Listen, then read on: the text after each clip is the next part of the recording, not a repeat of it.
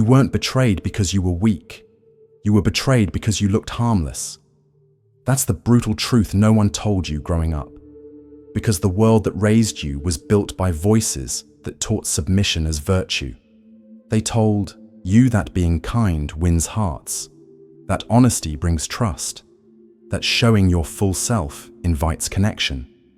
But in the real world, that full display becomes bait. Here, behind every smile could be a strategy. Behind every handshake, a calculation. You're not attacked because you're broken. You're attacked because you look open, because you look available to be broken. And in this world, what looks weak becomes a target. What looks unsure becomes prey. What looks exposed becomes a warning for others.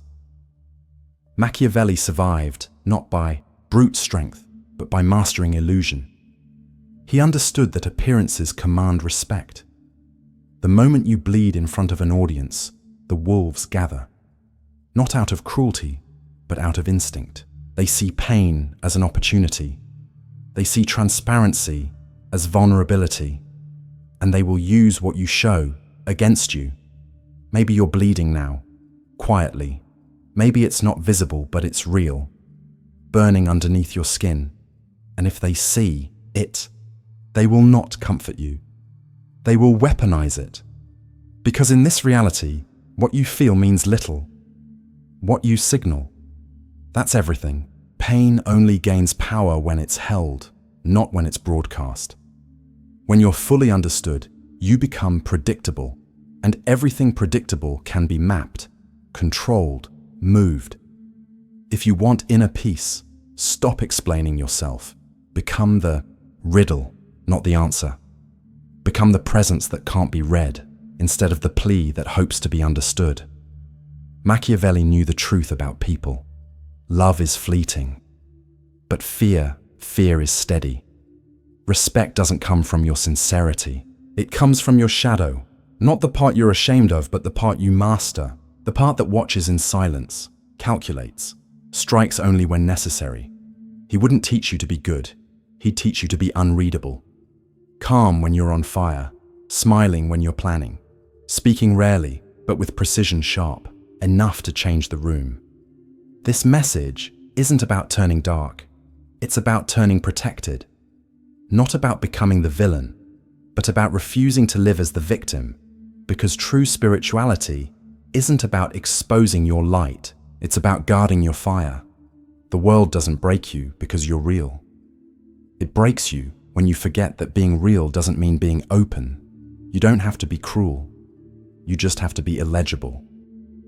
Do you remember the first time you realized they were pretending? Maybe it happened at work. You gave more than they asked for, only to be passed over like you were invisible. Or maybe it was that relationship where you held on, fought for it, only to discover they had already left quietly, long before you ever let go. It wasn't the words that broke you. It was the performance, the smile of someone who was already gone inside. You started to doubt the world, but blamed yourself for it. You tried to reason it away, tell yourself it was just confusion, that people make mistakes, that it would pass. But deep down, a voice in you already knew you'd been read as weak, and the world doesn't forgive what looks like hesitation. Not in boardrooms, not in bedrooms, not in spiritual circles. They don't attack what's strong, they test what looks unguarded. How many times did you hold your collapse in silence, afraid of looking too emotional? How often did you swallow the insult just to preserve a shred of dignity? You overrode your gut, silenced your instincts, smothered your discomfort, just to maintain an image of being balanced, rational, evolved. But every time you opened up, someone was taking notes. Every time you showed yourself, you gave them a map. You learned the hard way. Not every smile means loyalty. Not every kind word comes from truth. Most people aren't trying to connect with you. They're scanning you, measuring you, figuring out how to move you, where to press, where you still believe too much in the good. That's where it starts to hurt. You didn't lose because you were evil. You lost because you were readable. Your kindness became a script. Your silence turned into passive agreement. Your patience was mistaken for surrender by people who only understand power when it's spoken in control. Respect doesn't come from what you offer. It comes from what you withhold, from what you guard, from what you refuse to show. Your good intentions were mistaken for fear. Your empathy was read as submission. Your love was interpreted as dependency. And when that happens, you stop being admired and start being tested. You trusted too much, explained too much, justified too much. And every time you did, you handed out another piece of yourself, not to someone who cherished it, but to someone looking for leverage, looking for your blind spot, looking for your weakness disguised as openness. That's why you're here now. Not because you lost, but because you handed over the reins, hoping for connection, safety, mutual care. Believing respect would come from being transparent, not from holding your frame. But posture is everything. Aura is everything. Machiavelli knew. The wolves sniff hesitation. The players read signals. And those who show their soul too early become the game. You feel this in your bones, don't you? That chronic distrust. That exhaustion from trying to stay fair in a world that plays dirty. That temptation to disappear just to see who would look for you. That silent rage, not at them, but at yourself. For letting your spirit hang in the open. For believing that being pure would be enough. It wasn't. It never was. Niccolo Machiavelli didn't write for the fragile or the naive. His words weren't crafted for comfort. They were forged like blades, sharp, cold, uncomfortable, and absolutely necessary. He doesn't offer you healing. He hands you a mirror, and in that mirror, you don't see what you want, you see what you've been avoiding. While other thinkers romanticize the human soul, he dissected it like a surgeon, without anesthesia. He believed that humans are not governed by virtue, but by convenience. That loyalty lasts only as long as it's useful. He wasn't a pessimist, he was a realist. And in that brutal realism, he revealed a dangerous clarity. Power doesn't come from being good, it comes from being perceived as essential and dangerous. Machiavelli understood what most spiritual seekers still deny. Respect isn't born from your purity, it's born from your presence, your ability to craft an image, one that demands space without asking for it, one that signals strength without needing to prove it. Because people don't respond to your soul, they respond to what you broadcast. He said it best, everyone sees what you appear to be, few know what you really are. That line alone could shift how you carry yourself for the rest of your life. Because the truth is, no one has time to decode your essence. The world doesn't care about your childhood wounds, your emotional labor, your inner transformation. The world reacts to signals, to surface. And if your surface reveals hesitation, they'll test you. If it reveals hunger, they'll exploit you. If it screams accessibility, they'll treat you as disposable. Because in this system, the more available you are, the less you're valued. The more readable you are, the easier you are to control. Machiavelli didn't believe in some holy virtue. He believed in mastery. He didn't praise the most kind-hearted ruler. He praised the one who could adapt, who could wear compassion like a mask, but keep the wolf in his eyes, who could appear gentle to the crowd but remain untouchable to the ones who tested his edge. He wasn't promoting cruelty, he was prescribing self-control, the ability to rule yourself before others try to do it for you, to protect your emotional core without needing permission, to feel deeply but reveal selectively, to burn silently without turning the fire outward. Most people hear strategy and think manipulation. They hear self-protection and think coldness. But Machiavelli's doctrine wasn't about losing your soul. It was about not handing it over to those who don't know how to hold it. He saw the human being as a player in a game, one who loses when he plays with his cards face up, one who suffers when he confuses honesty with exposure. His message wasn't cruel, it was surgical. Control the image, and you control the outcome. The true art isn't in being feared, it's in being unreadable. In a world where everyone wants to study you to gain leverage, Your strength lies in being a mystery, showing just enough to demand respect and concealing enough to stay untouchable. Machiavelli knew survival isn't a right, it's a skill, and the throne never goes to the most innocent, it goes to the most prepared. The most dangerous trap isn't out there, it's in here. In the way you've been conditioned to believe that being understood is more important than being respected. That being loved is the ultimate goal, even if it costs you your sovereignty. That's the hidden sabotage, the idea that in order to belong, you have to be fully available. But the more available you are, the more predictable you become. And predictability is death to power. You were taught that sharing your emotions is a sign of maturity. But they didn't warn you that, for many, your emotions are not sacred. They're tools, coordinates, access points. People don't always listen to heal you. They listen to scan you.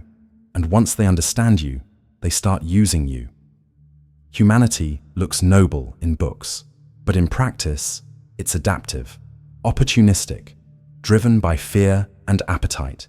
You've seen it. In promises that dissolved the moment they were tested. In loyalty that expired when something better appeared. In trust that crumbled at the first sign of challenge. You've tried being the good guy, the steady one, the one who shows up, who forgives, who holds space. And ironically, that's exactly what made you lose respect. Because in the invisible economy of power, you're not valued for how much you feel, but for how much you hold back, for what you know to reveal and what you know to bury. Here's the paradox. The more you explain, the less they understand you. The more you reveal your humanity, the more they assume you're weak.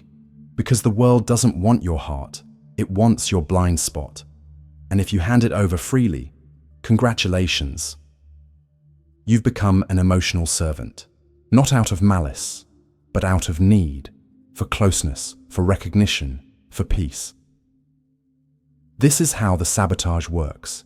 It confuses love with exposure, loyalty with self-erasure, being spiritual with being passive. And this is why people fall. Not because they're weak, but because they mistake visibility for connection. They think power comes from being embraced, but real power comes from being self-contained, from what you feel but never allow to run the show, from what you see but never comment on. You want to be admired, be consistent. Be restrained. Be close enough to be seen, but distant enough to be unreadable. You want to be respected. Give less than you could. Speak less than you know. Do more than you promise. And never ever show weakness to anyone who hasn't earned your truth. People who haven't earned the right to your emotional world, let them wonder. People who disrespect you but want access to your soul, shut the door. Vulnerability is sacred, but only when it's rare, and only when it's voluntary. Your mistake wasn't feeling too much, it was feeling in public, in front of crowds that clapped as long as your pain entertained them. Don't be fooled. Society celebrates your openness until it becomes inconvenient. Then they label it as heaviness, as instability, as something to avoid. You've seen it. You've lived it. So now the question is this.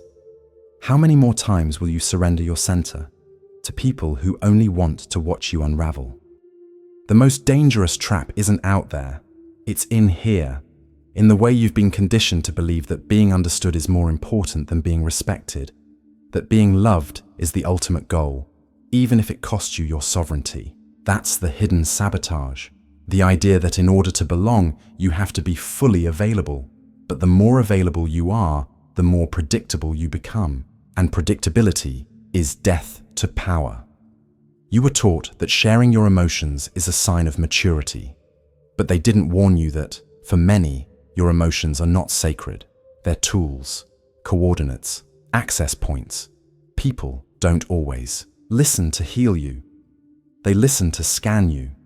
And once they understand you, they start using you. Humanity looks noble in books, but in practice, it's adaptive, opportunistic, driven by fear and appetite. You've seen it. In promises that dissolved the moment they were tested. in loyalty that expired when something better appeared, in trust that crumbled at the first sign of challenge. You've tried being the good guy, the steady one, the one who shows up, who forgives, who holds space, and ironically, that's exactly what made you lose respect.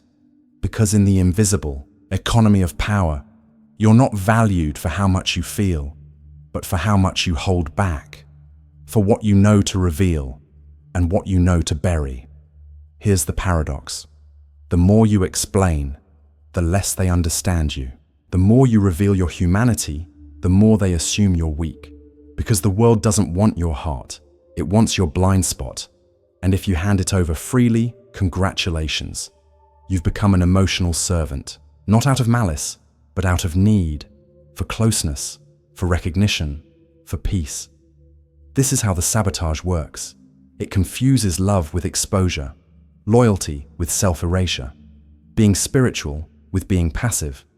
And this is why people fall. Not because they're weak, but because they mistake visibility for connection. They think power comes from being embraced, but real power comes from being self-contained, from what you feel but never allow to run the show, from what you see but never comment on. You want to be admired? Be consistent, be restrained, be close enough to be seen, but distant enough to be unreadable. You want to be respected? Give less than you could, speak less than you know, do more than you promise, and never ever show weakness to anyone who hasn't earned your truth. People who haven't earned the right to your emotional world. Let them wonder. People who disrespect you but want access to your soul. Shut the door. Vulnerability is sacred, but only when it's rare, and only when it's voluntary. Your mistake wasn't feeling too much. It was feeling in public, in front of crowds that clapped as long as your pain entertained them. Don't be fooled. Society celebrates your openness until it becomes inconvenient. Then they label it as heaviness, as instability, as something to avoid. You've seen it. You've lived it. So now the question is this: how many more times will you surrender your center to people who only want to watch you unravel? True autonomy doesn't begin with strength. It begins with concealment. The first move isn't to dominate, it's to disappear from the map. Not by hiding, but by becoming unreadable. The invincible man isn't the one who wins battles. He's the one who stops being a visible target. And that begins with restraint. Stop explaining. The world doesn't need to understand what you feel. The more you explain, the more you expose. A real strategist never offers clarity for free. He lets others believe they know, while holding the truth behind his eyes. In this game, looking simple is suicide. Your complexity must be silent, glimpsed only in fragments, because those who show too much are eventually reduced. Control access. Most people think being available is kindness, but the untouchable knows. Access is leverage. The more people can reach you, the more people can read you, and what can be read can be moved. Reduce your channels, limit exposure, be kind, but never fully reachable. Be present, but not predictable. Let them feel you, but never hold you. Speak less, watch more. Talking gives away rhythm. Observing collects rhythm. When you speak too much, you arm your opponents. But when you watch in silence, you disarm them before they move. Silence is not timidity, it's calculation. Each word must be like a strike, necessary, precise. Everything else is noise, and noise is weakness in disguise. Master your face. Your neutrality is a weapon. Don't look hungry. Don't look anxious. Don't look reactive. Look like someone who already knows the outcome before the game begins. Your gaze is your invisible blade, and your silence is your shield. Never announce your intentions. Your decisions should fall like lightning, sudden, without warning. The untouchable doesn't threaten. He moves. He doesn't argue in public. He adjusts in silence. He doesn't plead for respect. He makes himself a mystery. Over time, they stop testing what they can't predict. Kill the drama. Public emotion invites private manipulation. Controlled emotion becomes surgical power. You're not less human for holding your pain. You're more dangerous. Because pain, when contained, becomes focus. Most use emotion to justify collapse. You will use it to fuel precision. Let doubt become your presence. Never let them know where you stand. Don't reveal your beliefs, your boundaries, or your threshold, because uncertainty destabilizes faster than confrontation. Ambiguity is the perfect armor for a world addicted to control. And above all, vanish in plain sight. Learn to be among people without leaving fingerprints. Learn to move without being tracked. Be seen, but never decoded. The untouchable isn't the one who hides. He's the one who walks among all and stays out of reach. You'll know you've won when your silence makes them nervous, when your absence echoes louder than your presence, when they try to read you and fail. That's the code. Not to be cruel, but to be untouchable without retreat, invisible without apology, strategic without noise, lethal without threat. The man who owns his inner territory has nothing to prove to anyone. This isn't about revenge. It's not about proving anything to those who misread you. It's not about reacting. It's about becoming inaccessible to their game. It's about reconstructing your posture with silence and steel, not to look strong, but to stop looking available. You don't need to raise your voice. You don't need to explain. You don't need to be understood. You only need to be unreadable, because what can't be decoded can't be manipulated. What can't be anticipated can't be outplayed. And what can't be outplayed owns the board. This isn't about pretending. It's about containing, about choosing what gets shown, using silence as signal, absence as influence. The new version of you doesn't beg for space. He is space, doesn't ask to be seen. He alters the atmosphere by existing, doesn't wait to be remembered. He imprints. You didn't come this far to adapt again. You came to reclaim what you gave away, your presence, your energy, your shape, the shape that got diluted by others, expectations, softened by the constant need to not offend, deformed by the exhausting pursuit of being accepted. That's done. The era of pleasing is over. The season of explaining is dead. What begins now is the rise of the unseen, the cold clarity of the man who guards his essence like a temple, who no longer defines himself by how he feels, but by what he sustains, who doesn't collapse from pain, but reshapes himself through it. You don't need another compliment. You need posture. You need to become the kind of man who walks into a room and shifts the temperature without saying a word. Because he doesn't bend to the environment. He makes the environment respond. If this hits something inside you, maybe it's time to stop seeking transformation and start building territory, intentionally, quietly, sharply, unshakable.